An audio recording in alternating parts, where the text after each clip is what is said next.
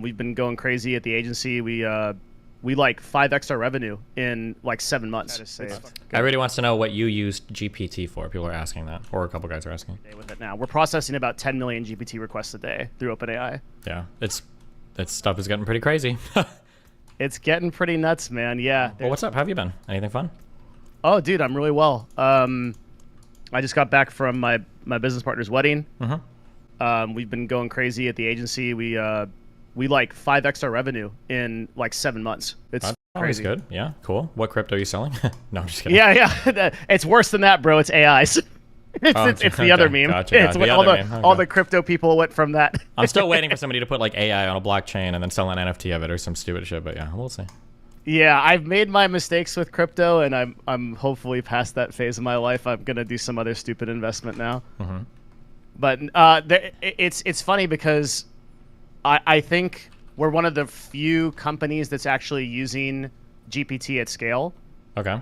And when I listen to like all of the Twitter threads and everything on like people that are talking about it, I realize how like crypto pilled I was when I thought I knew what I was talking about, but I wasn't actually making anything happen like practically in the real world from it, right? Sure, yeah.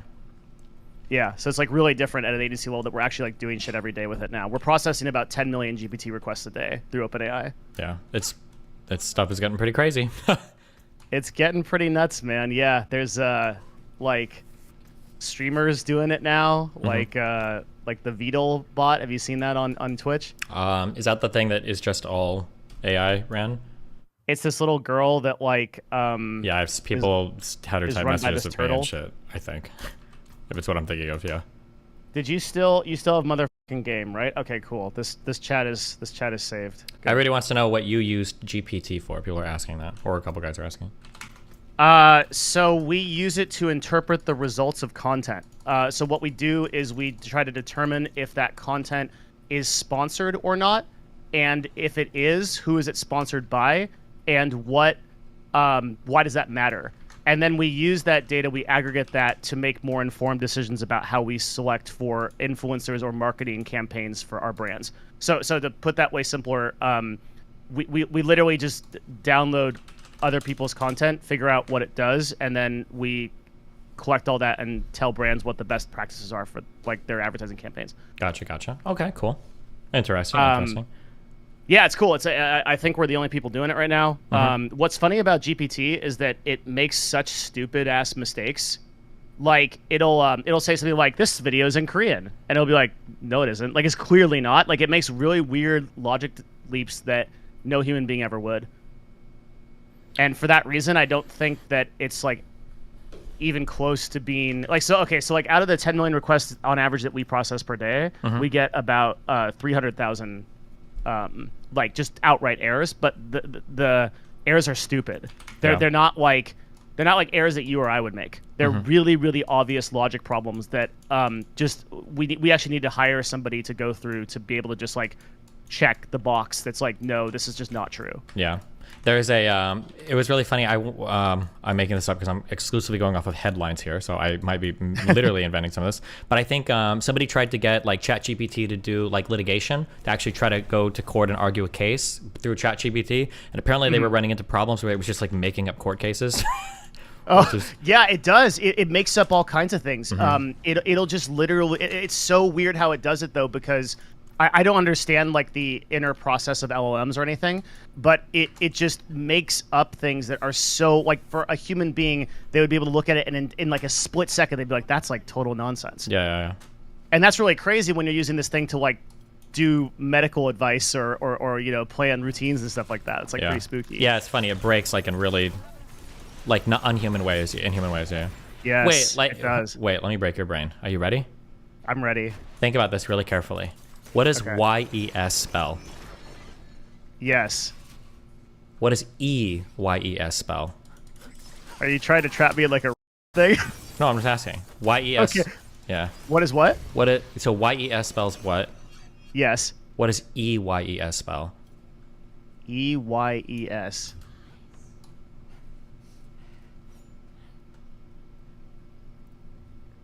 EYES. Is it eyes? Yeah. But Oh, that's just okay. like that's like a funny That took example. me a Like, second. yeah, I know, but like sometimes like the way that you parse information, the way you look at stuff, it can like break your brain in like really weird ways. You could run into like interesting problems where it's like, why is this even hard? Yeah, that's just like to demonstrate that like depending on how the logic is parsing in like an AI, it can start spitting out like unbelievably stupid things. But depending on how it's trained or how it's looking at stuff, like it's just like a funny random little meme or whatever. That's really cool because I wonder if it's the actual prompt that because I thought of yes, that like maybe if you had said that like differently the first way, I would have thought about it differently. Yeah, of course. If you say like, can you spell so YES and then can you say EYES versus like EYES, right? Like just like the accent can like change the way that you view, like can completely change the entire way that you view a particular thing. Yeah. That did break my brain. That's some crazy shit. That's like some of the problems we're running into. I think the other real crazy thing is like whenever we use GPT for like actual problem solving within the company, it seems we can a lot of times just sort of pull back to like where it's finding that information from. Like it's probably scraped it from some website and then like modified it or something. So I don't think it's the panacea that everybody thinks it is, but it is an interesting productivity tool for certain use cases. Sure. You know something that I thought was really interesting that I haven't thought about a lot? I feel like search technology has maybe actually gone backwards by maybe 15 or 20 years in a really unintuitive way. So one of the cool things is if you use a search engine, the search engine like Google today is an incredibly sophisticated search engine, gathers results from all over the world, millions of different blah, blah, blah, blah, blah. However, in reality, 99% of people, if I had to guess, it truly probably is 99% of searches are probably clicked on the very first page, right? Yeah. However, one of the big issues is rather than like a collection, like a worldwide web, we actually have a nexus of like 4 or 5 huge sites that people go to for information. So when you use Google to search for information, you're not actually using a sophisticated search engine to try to like scour the internet for a source. What you're really doing is you're using a program that essentially is pulling like Reddit and Quora to see what's there, maybe Stack Overflow, right? You really, I noticed this because when Reddit went down for like all the protests or whatever, Google's functionality became severely inhibited. Yes. And that is actually very interesting to me that like Google is really just a sophisticated like table of contents for these other massive nexi of information, like Reddit or Quora or Stack Overflow. Yeah, which is interesting because instead of like this like huge disparate collection of random things on the internet for data, we just have like these big like collections of Wikipedias essentially, you know? Yeah. Especially now, it's funny because I got really sick and I had strep throat bordering on scarlet fever, my some medieval shit. Okay. And I had to get clindamycin. And so I started having a pretty severe allergic reaction to it. It's a pretty heavy antibiotic. And then I went out to Google and I was like, shit, like at what point do I need to go to a doctor for this? Started clicking on all the Reddit stuff and it's like, sorry, we're in protest because and I'm like, I'm dying, dude. Like, oh shit. Yeah. I actually was like, I couldn't find any information. I'm imagining like some future world where somebody, and I've thought about this before, like I'm pretty sure there are stories where somebody's choking and somebody like YouTubes a video of like the Heimlich maneuver and saves somebody.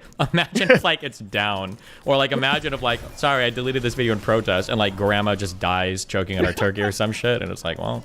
I was really surprising that like some of the like Reddit protest people figured that out, like our fitness, and those people were like, yeah, like we're actually like a pretty big resource that's mainly dependent on a wiki, so we're just gonna stay up. But like it was surprising to me that like when I actually searched for like it's like our doctors or some shit, they're like, yeah, like we're out of here. I'm like, well, this might be relevant to someone that needs this on like the front page of Google.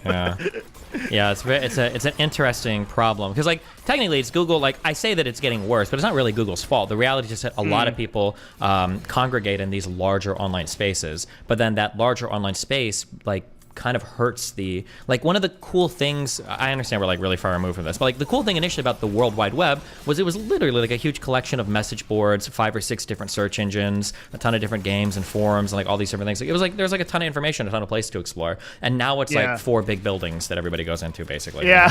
Yeah. It just hasn't changed that much. Yeah. It's like now that everything is just like 3 or 4 websites, you're kind of just going to the same place and getting the same information. I don't know. Yeah. Yeah. Somebody told me this, and I noticed this too, in the little bit of time that I do spend reading. Reading books are fascinating because something you find is that online, like the same information will get recycled over and over and over again too.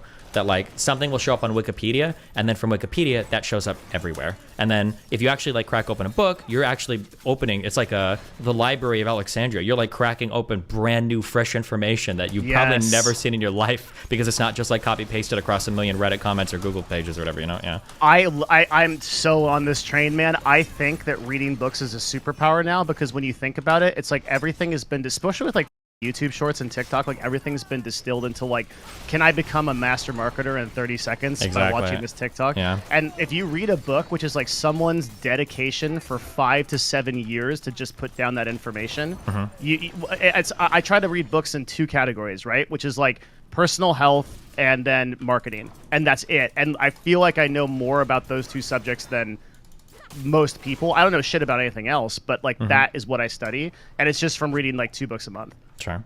Yeah. And it's like crazy how much you can learn. But like right now, there's a new book that came out by Peter Attia called Outlive, which is it's really doing well on Amazon. It's like it's a really great book about like longevity and kind of our current understanding of like nutrition and fitness. Like just reading that book, there's so much dense information in that you can't get off of a blog article or like some summarized thing. Yeah. I appreciate that, Destiny. All right. Bye. Remember to hit that like and subscribe, and don't forget the notification bell so that my videos show up right in your feed.